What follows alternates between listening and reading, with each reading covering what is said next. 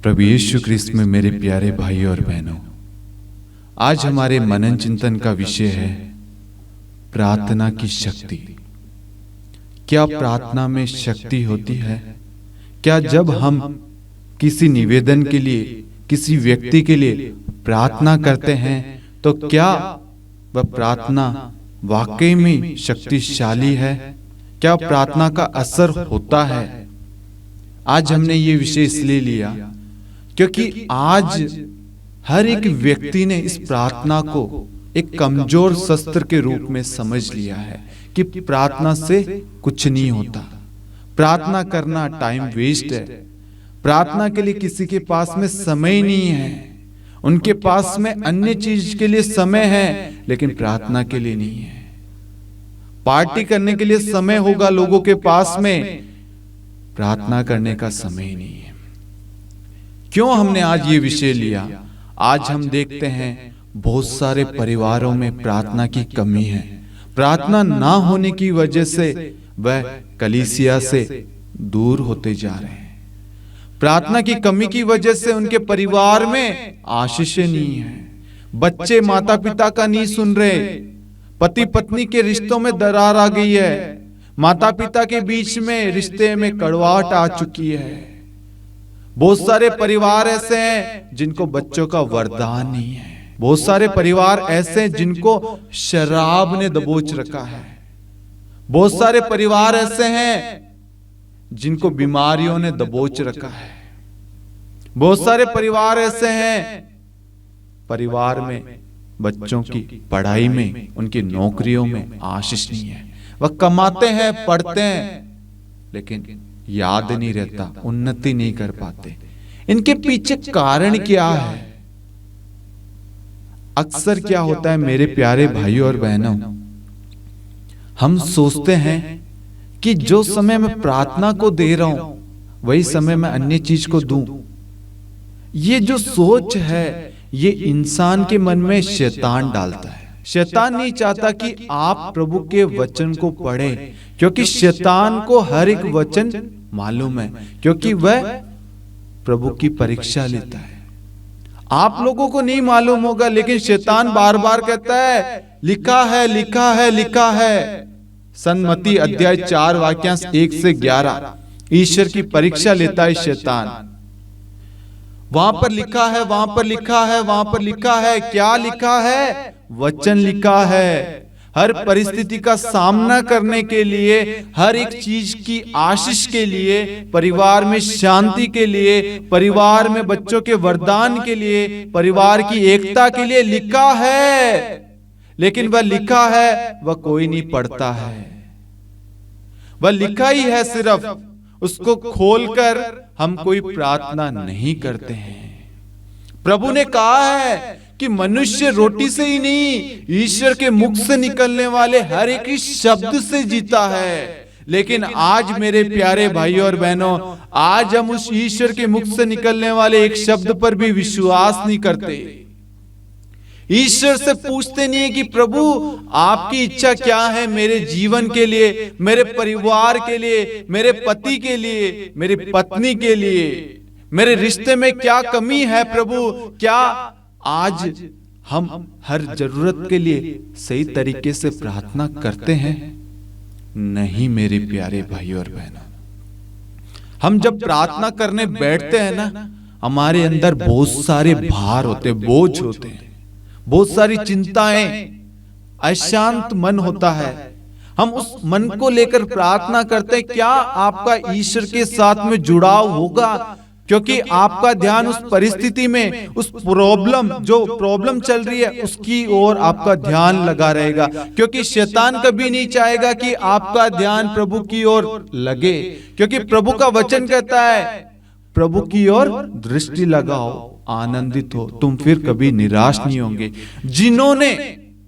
जिन्होंने हम देखते हैं नबियों से लेकर प्रेरितों तक, आज जिन्होंने प्रभु की ओर दृष्टि लगाई है, प्रभु की ओर अपनी निगाहें की है, अपना जीवन प्रभु को समर्पित किया है, उनका जीवन सफल हुआ है। प्रभु ने उन्हें महान बनाया, किसी को नबी बनाया, किसी को प्रेरित बनाया, किसी को संत बनाया है, किसी को राजा बनाया, किसी को अधिकारी बनाया, किसी को याजक बनाया है, किसी को बच्चों का वरदान दिया है, किसी को वंशजों का वरदान दिया है। जो बांझ थे ऐसे व्यक्ति को, जो बूढ़े हो गए थे, जिनके लिए असंभव था, उसे ईश्वर ने संभव बनाया है। जब हम पवित्र बाइबल को, पवित्र वचन को खोलकर पढ़ते हैं, तब हमारा विश्वास बढ़ता है। मेरे प्यारे भाइयों और बहनों, आज हम क्या करते हैं पता है? आज हम पवित्र बाइबल को, पवित्र वचन को खोलकर नहीं पढ़ते हैं। मैं आपको एक घटना बताना चाहूंगा। ये बात 2-3 साल पुरानी है। एक परिवार प्रार्थना करने वाला था। मैं उस परिवार में गया था। हम प्रार्थना कर रहे थे, डिवाइन मर्सी 3 बजे की प्रार्थना कर रहे थे। मंगलवार का दिन था। उन अंकल के घुटने इतने सूजे हुए थे कि एक हाथी के पैर जैसे होते वैसे सूजे हुए थे। मैंने उनसे कहा, अंकल आप प्रार्थना करते हैं, आप एक बार घुटने पे आइए ना। अंकल ने बोला, भाई मजाक कर रहा है क्या? मेरे पैर में इतनी सूजन है, इतना दर्द है, मैं वो कुछ ऑयल आता है वो सब कुछ लगा के, ऑर्थो ऑयल, वो सब कुछ लगा के बैठा हूं, कितने दिन से मालिश कर रहा हूं, पैर भी नहीं बुड़ रहा, बेड से उठ नहीं पा रहा हूं, और तुम कह रहे हो कि घुटने पे आओ। मैंने कहा, अंकल यदि आप इस वक्त घुटने पे आओगे, आपका ये दर्द गायब हो जाएगा। मैंने कहा, घुटने पे आइए और उस पवित्र क्रूस की ओर देखिए और प्रभु को कहिए कि प्रभु धन्यवाद कि आपने मुझे इस दुख का अनुभव दिया। जैसे ही उस अंकल के मन में ये बात गई कि क्रूस की ओर देखे, प्रभु के 5 घावों को देखो, और जैसे उन्होंने प्रभु की ओर दृष्टि लगाई, उनका दर्द उसी वक्त चला गया। और आप मानोगे नहीं, 1 घंटे से अधिक वह घुटने पे बैठ के ढोलक बजा रहे थे। Hallelujah, hallelujah, hallelujah, hallelujah, hallelujah. इसलिए मेरे प्यारे भाइयों और बहनों, वचन पर कभी संदेह मत करना, क्योंकि वचन कहता है प्रभु की ओर दृष्टि लगाओ, आनंदित हो, तुम फिर कभी निराश नहीं होंगे। जितने लोग निराश है, परेशान है, चिंताओं में, एक बार आप प्रभु की ओर दृष्टि लगाइए। ऐसे दूसरी घटना मैं आपको बताता हूं। ऐसे किसी भाई ने मुझे कहा, एक परिवार है यार, चल। मैंने कहा ठीक है, चलते हैं। उस परिवार में हम गए। उस परिवार में हमने देखा कि वह व्यक्ति उस परिवार का कर्ता धर्ता, मतलब पालन पोषण उसके द्वारा ही है, और वह व्यक्ति बेड पे है। बेड पे होने का कारण है कि वह छत तोड़ने का काम कर रहा था, और छत तोड़ते तोड़ते वो पट्टी के साथ ही गिर पड़ा और उसकी रीढ़ की हड्डी में चोट लग गई। डॉक्टरों ने बोल दिया था कि आप इन्हें घर पे ले जाइए, आप घर पे ही इनका इलाज करिए, यहाँ पे संभव नहीं है। उनकी रिपोर्ट पढ़िए, सब कुछ पढ़िए। मेरे प्यारे भाइयों और बहनों, मैंने उन भाई से एक ही बात कही, क्या आप विश्वास करते हैं कि आपका यीशु आपको चंगा कर सकता है? मैं आपको यहाँ एक बात और बोलना चाहूंगा। सालों हो गए थे वह भाई चर्च नहीं जाता था।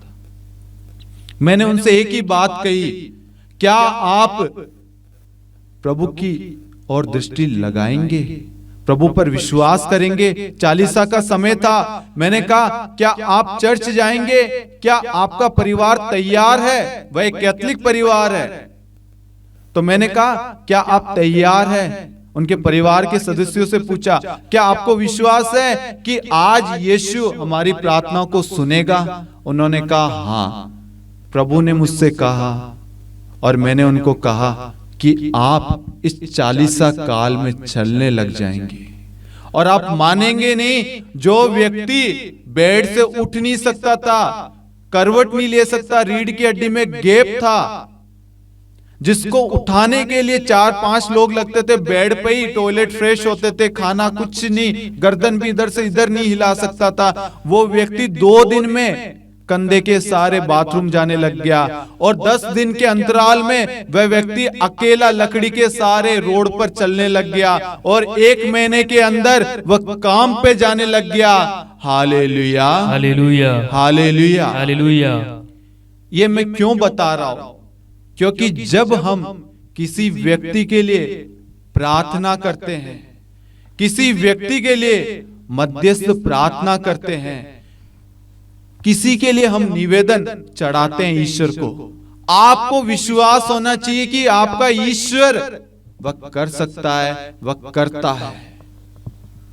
आपके ईश्वर पर आपको श्रद्धा होना चाहिए, विश्वास, भरोसा होना चाहिए कि मैं जिस व्यक्ति के लिए प्रार्थना कर रहा हूं कि वह मैं नहीं, मेरा ईश्वर उसे ठीक करेगा। आपके अंदर विश्वास होना चाहिए।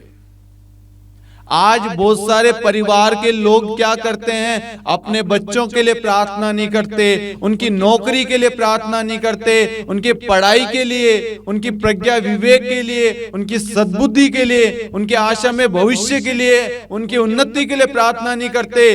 पति पत्नी मिलकर प्रार्थना नहीं करते। बहुत सारे पति पत्नी हैं आज एक दूसरे का चेहरा नहीं देखना चाहते, क्योंकि वह वचन नहीं जानते। वचन कहता है जिसे ईश्वर ने जोड़ा उसे मनुष्य अलग ना करे। आज मनुष्य एक दूसरे से अलग हो रहे हैं। जिसे ईश्वर ने संस्कार के द्वारा जोड़ा है, आज पति अलग कमरे में, पत्नी अलग कमरे में।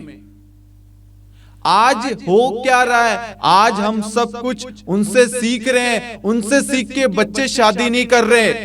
आज बहुत जगह ये हो रहा है, माता पिता को देखकर बच्चों के मन में है कि हम शादी क्यों करें जब हमारे माता पिता के बीच में लड़ाई झगड़े हैं, प्रार्थना नहीं है, ये दोनों एक दूसरे से बात नहीं कर रहे, एक दूसरे की शक्ल नहीं देख रहे, एक दूसरे से भिन्न भिन्न जगह बैठे हैं, तो हम क्यों करें, हम अपनी जिंदगी क्यों तबाह करें। इसलिए मेरे प्यारे भाइयों और बहनों, आज बहुत सारे परिवारों में बच्चों की शादी नहीं हो रही, बच्चे शादी नहीं करना चाहते क्योंकि उनके सामने ऐसे ऐसी चीजें हो रही है।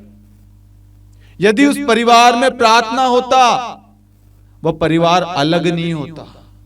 प्रार्थना उस परिवार को जोड़े रखती।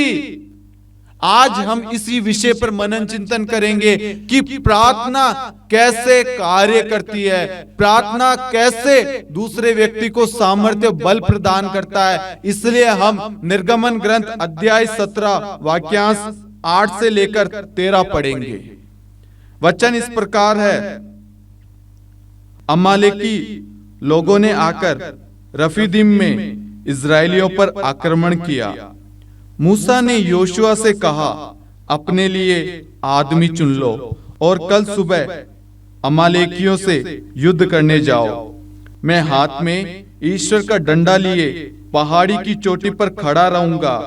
मूसा के आदेश के अनुसार योशुआ अमालेकियों से युद्ध करने निकला, और मूसा, हारून तथा हूर पहाड़ी की चोटी पर चढ़े। जब तक मूसा हाथ ऊपर उठाए रखता था, तब तक इजरायली प्रबल बने रहते थे, और जब वह अपने हाथ गिरा देता था तो अमालेकी प्रबल हो जाते थे। जब मूसा के हाथ थकने लगे तो उन्होंने एक पत्थर लाकर भूमि पर रख दिया और मूसा उस पर बैठ गया। हारून और हूर उसके हाथ संभालते रहे, पहला इस ओर से और दूसरा उस ओर से।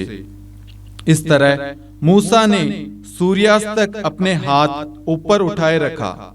योशुआ ने अमालेकियों और उनके सैनिकों को तलवार के घाट उतार दिया। Hallelujah, hallelujah, hallelujah, hallelujah. प्रभु यीशु ख्रीस्त में मेरे प्यारे भाइयों और बहनों, हम यहाँ पर वचन में पढ़ते हैं कि मूसा हाथ ऊपर उठाए रखता था, तब तक इजरायली प्रबल बने रहते। मतलब जब तक मूसा का हाथ, जब तक मूसा प्रार्थना करता रहता था, उसका हाथ ईश्वर की ओर ऊंचा रहता, तब तक इजरायली मजबूत रहते। लेकिन जैसे ही उसका हाथ नीचे आता, प्रार्थना में कमी होती, प्रार्थना कम हो जाती, वैसे ही इजरायली लोगों पर अमालेकियां के जो लोग हैं वो हावी पड़ जाते। ये मैं नहीं कह रहा हूं, ये वचन बताता है कि जैसे ही मूसा का हाथ नीचे हुआ, अमालेकी प्रबल हो जाते, मतलब मजबूत हो जाते। आज इसी प्रकार मेरे प्यारे भाइयों और बहनों, जब हम प्रार्थना करते हैं किसी के लिए, अपने परिवार के लिए, आस पड़ोसियों के लिए, देश के लिए, हमारे बच्चों के लिए मध्यस्थ प्रार्थना करते हैं, आपकी प्रार्थना रुकनी नहीं चाहिए। आपका विश्वास कमजोर नहीं होना चाहिए। जब तक वह उद्देश्य पूरा ना हो जाए तब तक आपको प्रार्थना करना रोकना नहीं है, उस निवेदन के लिए प्रार्थना करना रोकना नहीं है। हम यहाँ पर यही देखते हैं, सूर्यास्त तक जब तक वह लड़ाई समाप्त नहीं होगी तब तक मूसा का हाथ नीचे नहीं हुआ। आज हम लोग क्या करते हैं, जैसे थोड़ी परेशानी आई प्रार्थना बंद, जैसे कोई काम आया प्रार्थना बंद। हमारे जीवन में सबसे पहले जो चीज बंद करते हैं हम, वो है प्रार्थना। खेलने के लिए समय है, पार्टी में जाने के लिए समय है, शादी में जाने के लिए समय है, हर एक कार्य को करने के लिए समय है, लेकिन प्रार्थना के लिए समय नहीं है। क्योंकि आज हमने प्रार्थना को मामूली समझ रखा है।